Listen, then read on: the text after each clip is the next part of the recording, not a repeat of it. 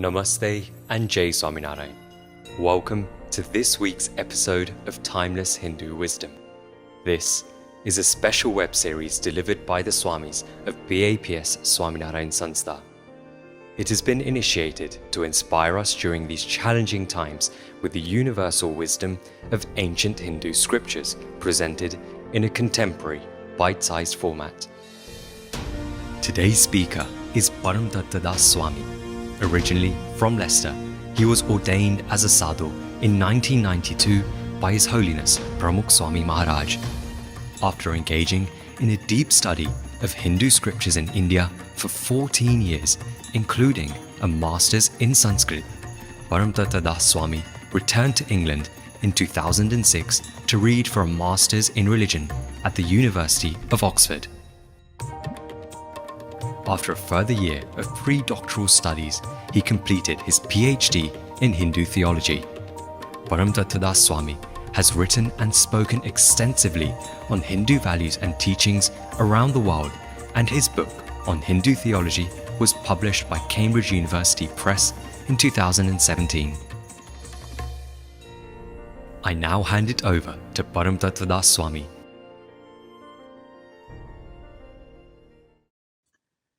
Jai Swaminarayan, Jai Shri Krishna, Jai Siya Ram. Namaste. Welcome to another episode of Timeless Hindu Wisdom. Over the last year or so, can you recall any video meeting when someone hasn't said out to someone else at least once, "You're on mute"? It's become the phrase of the pandemic. You can find it on t-shirts, on coffee mugs, on mouse pads. It's been endlessly memed. And that's understandable because now with so much of our life having moved online, from work, school, even social gatherings like family get-togethers or religious assemblies, chances are one of those recent calls, someone has said that to you too. It happened to me yesterday. It's that hashtag awkward moment when you find yourself yapping away, but no one is listening. Now, even outside of a video call, in real life, does it ever feel like you're rumbling through life on mute? How do you get people to listen to you? Every parent, every spouse, every employer or employee, every teacher, sports coach, politician, everyone wants to be heard because there is no more heinous assault on our existence than being ignored. Today we'll look at two ways in which we can get people to listen to us. Firstly, if you want people to listen to you, it's quite simple. Listen to them first. And to listen, first of all, stop talking. It sounds paradoxical, but it's true. In the Srimad Bhagavad Gita, the opening is dominated by Arjun's predicament. He laments his position in quite great detail. He describes himself, my mouth is dry, my head is swelling, my skin is as if burning. I'm torn and tormented by this formidable task in front of me. And after this rather sad monologue of despair, Arjun does something quite clever. The Gita states, Tushnim Babhuva. He falls silent. It is from that moment on that Krishna begins the timeless wisdom of the Gita. Only when humans accept they have nothing left to say does God begin to speak. And it's at that moment that Arjun begins to learn. When we talk, we're only repeating what we already know. When we listen, we actually might learn something new. They say it is the providence of knowledge to speak It is the privilege of wisdom to listen. And interestingly, in ancient Hindu tradition, a synonym for a wise person is bahushruta. Bahushruta. Someone who has heard a lot. Not someone who is well read, but someone who is well listened. Maybe that's why God gave us 2 ears and 1 mouth. At the very least, we should be listening twice as much as we talk. So, what if we could stop? Just stop. Stop talking, stop scrolling, stop clicking, and listen. Listen to the birds chirping. Listen to the leaves ruffling. Listen to the children cheering in a school playground. Listen to others. Listen to yourself. Listen to God. It's not easy. It takes practice and patience and prayer. It takes humility and courage. Listening to others is difficult because we're just so self-centric. We're so absorbed in our own life, our own problems, our own ambitions, in our own consciousness about our self-image. Rarely do we have any bandwidth left to reach over across the abyss and make a meaningful connection with someone else. Have a real conversation, not just 2 people talking at the same time. That's not a dialogue. Listening is difficult partly because we're never taught it. At home or at school, from early on, we're taught to read, to write, to speak, but never to listen. And that's ironic because we can close our eyes, we can shut our mouth. We can't close our ears. We're literally listening throughout our waking lives. But rarely do we know how to do it respectfully, empathetically, carefully. When we do listen, we're largely just formulating our own reply. We're thinking of some clever retort, some witty response.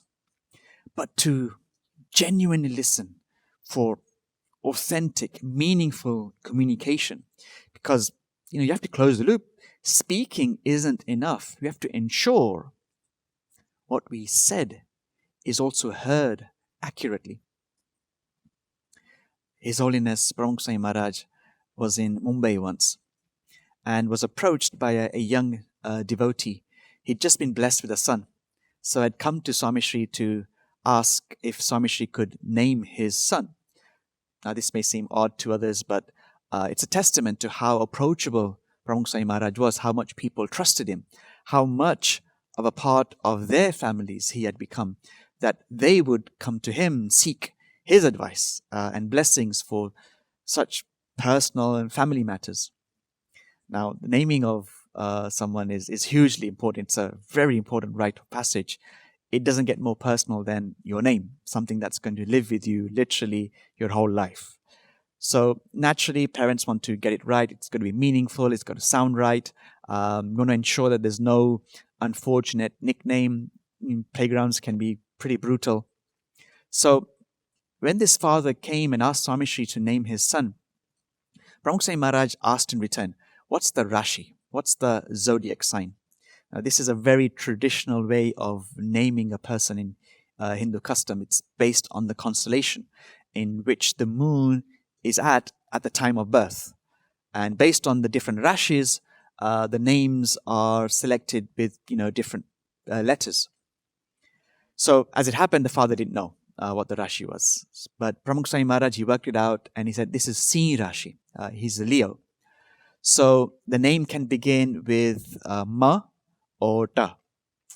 So Swami suggested, what do you think of Mayank? The father looked at Pramukh Swami Maharaj and there was a pause, a split-second pause, before he opened his mouth and was about to reply. But in that pause, Pramukh Swami Maharaj, he caught it. And instantly he said, how about Mayur instead? And immediately the father said, yes, that's perfect. Pramukh Swami Maharaj could read that pause between the words. He understood the silence. That is why Pramukh Swami Maharaj could engage with people. People came to him to name their children, to listen to him. So first we must listen with love, with intent, with empathy. And then we can expect people to listen to us. There's a second way to have people listen to us. It's a lot harder, but a lot more substantial. If we think, why do we listen to the people that we do? Is it because they're great speakers? It's more likely because what they say matters. If you want people to listen to you, don't raise the volume of your voice. Raise the value of your words. If you're not improving the quality of the silence around you, don't say it. It's better left unsaid. So, how do we raise the value of our words? How do we ensure that we're contributing meaningfully? It's not just about increasing our knowledge on what we're drawing upon. As they say, I don't care how much you know, I want to know how much you care. And ultimately it's that, isn't it? It's genuine interest, care, concern, selfless love that people are interested in, which people respond to. To use another very loaded word, it's about trust. Trust is what allows you into people's hearts. Trust that what you're saying is true. It's not fake or hollow or deceptive or manipulative. It's not hypocritical. You're living by those words.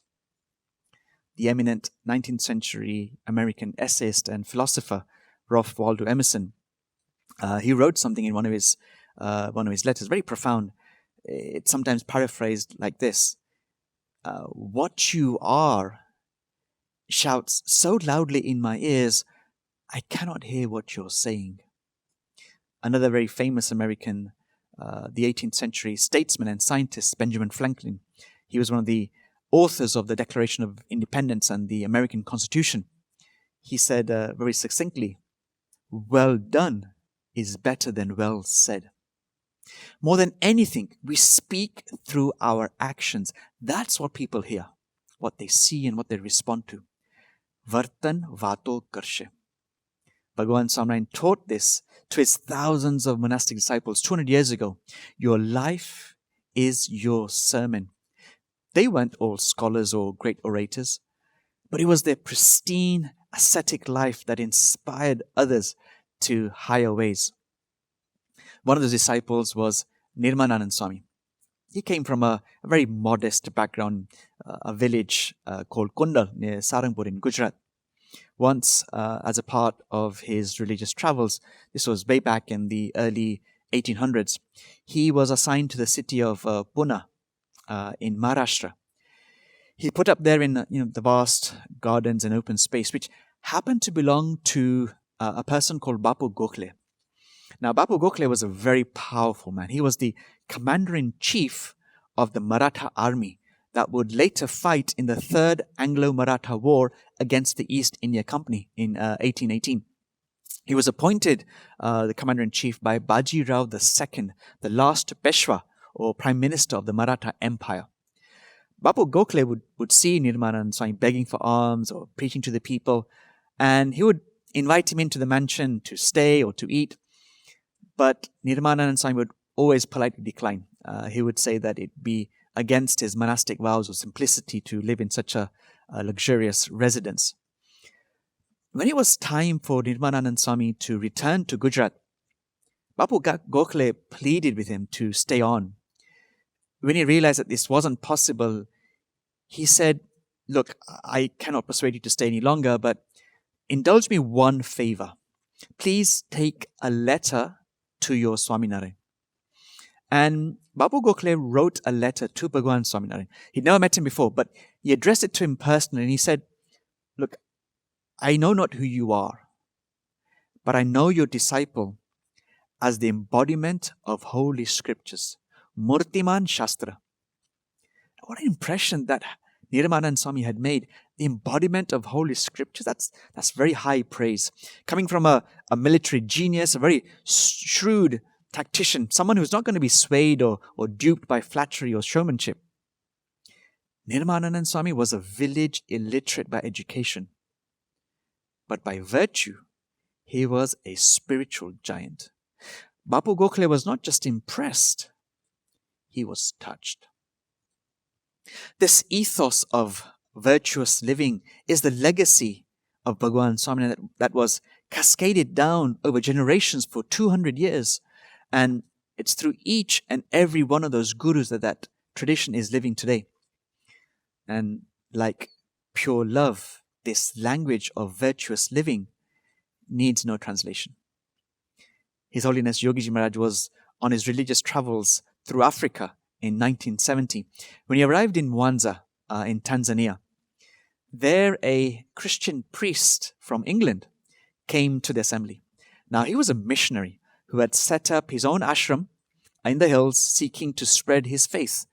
Coming all the way from England to the outback of Africa, it tells you about this person, about his commitment to his faith and how strong it must have been. When he was about to leave that assembly, he told one of the Swamis, he said, "Look, I cannot understand what your guru is saying, but I can feel that his heart is pure. Please pray that my heart can become as pure as his." A person of another faith, someone so committed, even without words, he could sense the purity of Yogiji Maharaj. They may forget what you said, but they'll never forget how you made them feel. In 1974, Pramukh Swami Maharaj inaugurated the first BAPS Swaminarayan Hindu Mandir in North America, in New York City, in Flushing, a part of the borough of Queens. At the time, another Hindu leader, very respected and a profound scholar, people from all over the place would come to listen to him wherever he was. Hundreds of educated, successful people would attend his classes on the Gita and Mahabharata. So he was a very eminent Hindu guru himself. He was accompanying Pramukh Swami Maharaj during this ceremony.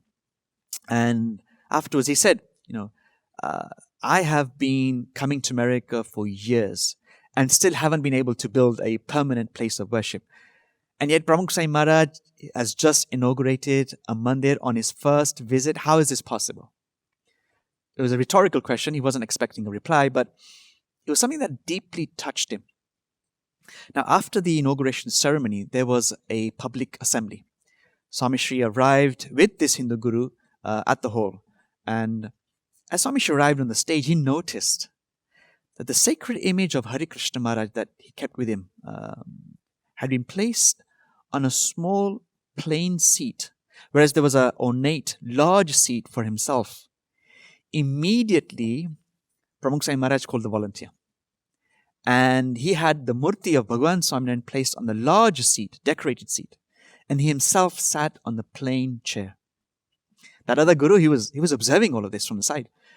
And then he remarked, he said, "This morning I asked, how was it that Pramukh Swami Maharaj could build a mandir in America on his first visit?" He said, "I've just got my answer." Pramukh Swami Maharaj didn't have to speak about devotion or humility. His actions spoke. Gurostu maunam vyakhyanam shishyastu chinna shanshayaha. Doubts are dispelled by the guru's silence because his actions do the talking. A poet once wrote something beautiful about Pramukh Swami Maharaj. He said, "Rasana mungi hradaya bolata."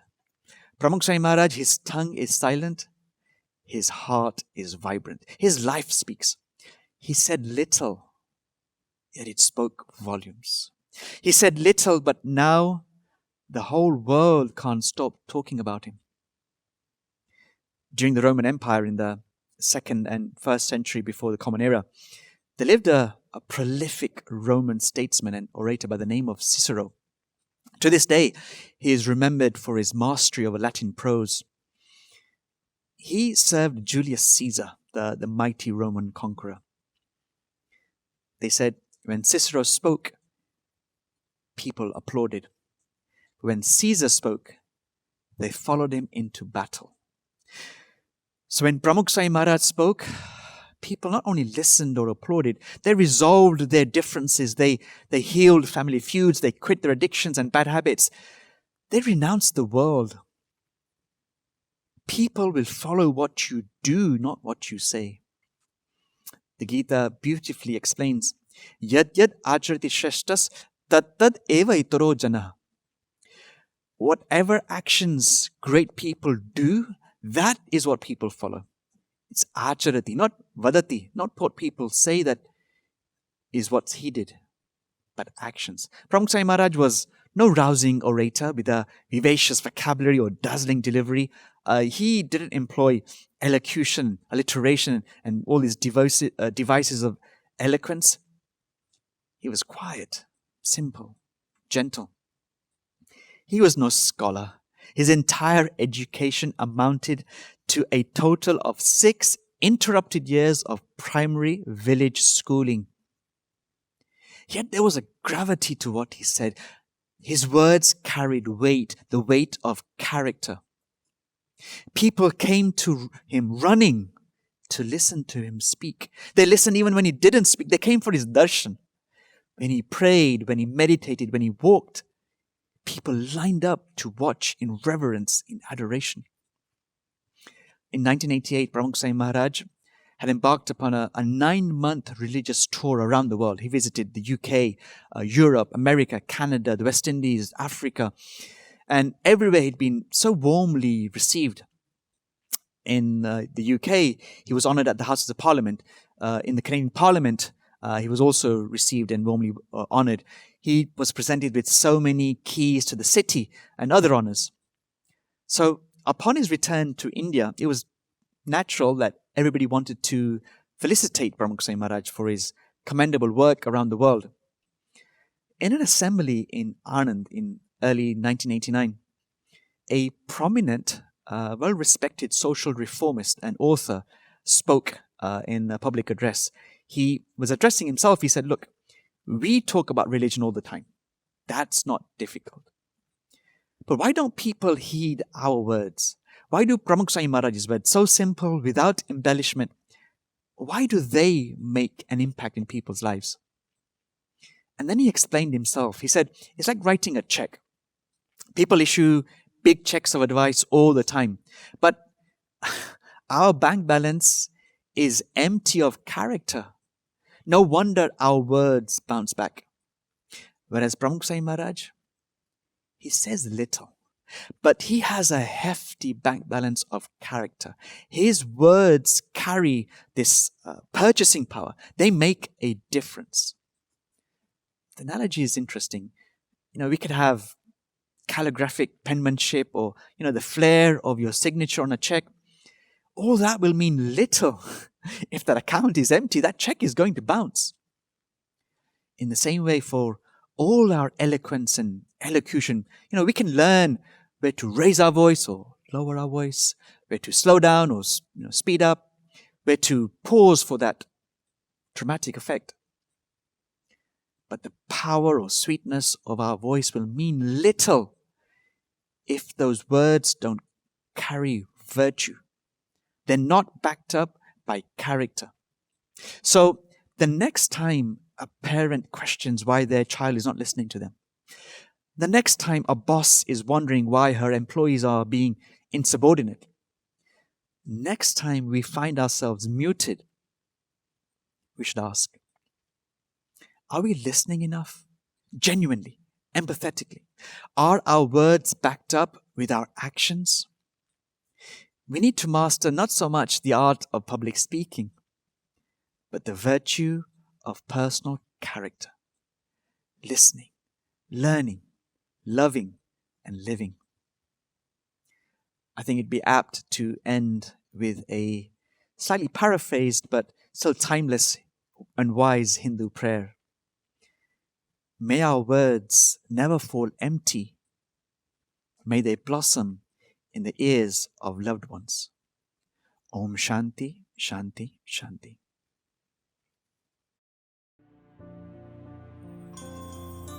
Thank you for tuning in to this session of Timeless Hindu Wisdom. If you have any feedback or would like to send in any questions for upcoming sessions, please email timeless@uk.baps.org. We look forward to you joining us again next time. Thank you.